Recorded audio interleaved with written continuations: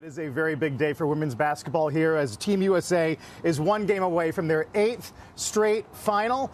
Joining us here on set in Paris, we are always glad to see Cathy Engelbert, Commissioner of the WNBA. Cathy, good to see you. Carl, great to be here. What a backdrop. Nice backdrop, yeah.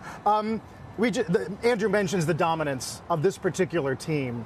What explains that? I mean, there are very few precedents in all of Olympic history that compare to this.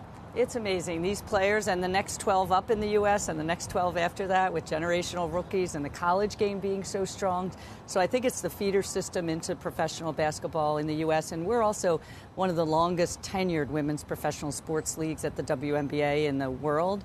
There are a few that maybe are a little older, but none in the U.S. And I think it's just, having built this on the shoulders of Elisa Leslie and Cheryl Swoops and Cheryl Miller way back in the day. So I think it's just the U.S. very strong in the game of women's basketball. Of course, we've talked WNBA for most of the year now, and I wonder how early on you knew that this year was going to be epic for the league.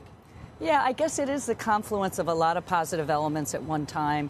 We raised capital 2 years ago, did a digital transformation, grew the business, and then we hit this great build some rivalries, household names, Asia Wilson and Breanna Stewart. That was coming off of a better free agency system that we now have. And then these generational rookies like Caitlin Clark and Angel Reese and that rivalry coming out of college. So I didn't know it happened this quickly, but I mean, the attendance, the viewership and everything has gone great this year. That's what we tend to monitor is viewership, attendance, sponsorship. But then now it's about media rights and valuations and expansions. Can you just talk about what the media rights deal means for you? It's enormous. Media rights for women's sports have been undervalued for way too long, and I think we had a competitive process this time with the first tranche of media deals we just announced, and so proud of what the quality of play on the court, too, has to be great, and it has been, and then these rookies and household names, and this media deal is historic for, I think, all of women's sports. So, and we're thrilled to have NBC come in, our longtime partner ESPN, Disney as well as Amazon. So we're really excited, and we have some to go still. So I was going to say, the follow-on effects, will it be about salaries or salary caps or some things like that? Yeah, obviously salary and benefits and other things now we can do for player experience. So it's going to be really important as we get into the next collective bargaining agreement to see what the players want, see what our owners want, and go to the negotiating table. So what are your goals now? What are your goals for the league?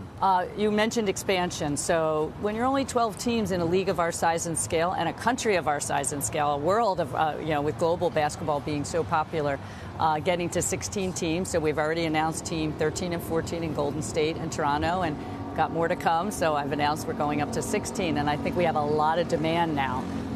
And so we have to look at expansion, globalization. I mean, our sport's pretty U.S.-centric in the WNBA, so globalizing across the world and making sure these players are known globally like the NBA has done with their global game series and how popular some of these athletes are across. And then having more international players in our league. We're about 17% international. You see here on the men's side, Serbia, a great game yesterday against the U.S. with a lot of NBA players playing, obviously, on both sides. So, we need to get more to that part where we're growing the game globally with FIBA. We were talking off camera about, compared to other leagues, pairing you and the NBA, the number of days, really, of content delivery, the frequency and the duration, kind of hard to match in sports, yes? Yeah, hard to match because, the media landscape has shifted. Streaming is so important to both traditional linear companies and streaming companies, tech companies.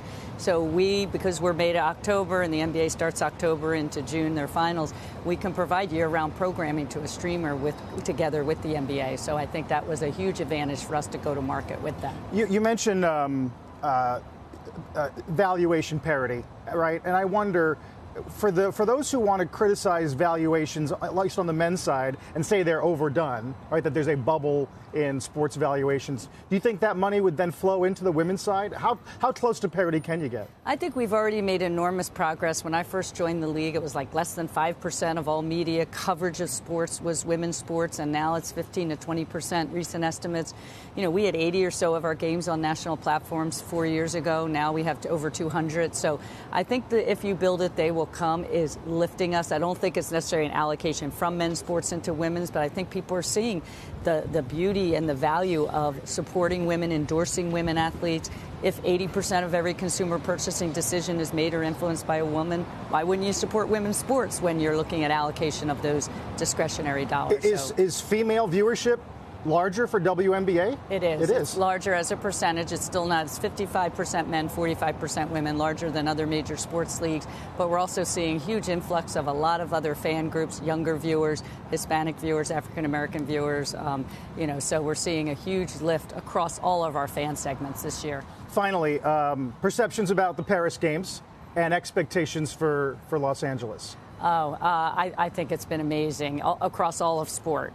It's such a great unifying cultural moment, I think, for the world in this very divisive society we live in. And I'm so excited to be hosting it at home in the U.S. and in L.A. So, and again, our women going for their 8th consecutive gold. It's unbelievable. So all the best to all the teams, but certainly go USA. Cathy, thanks.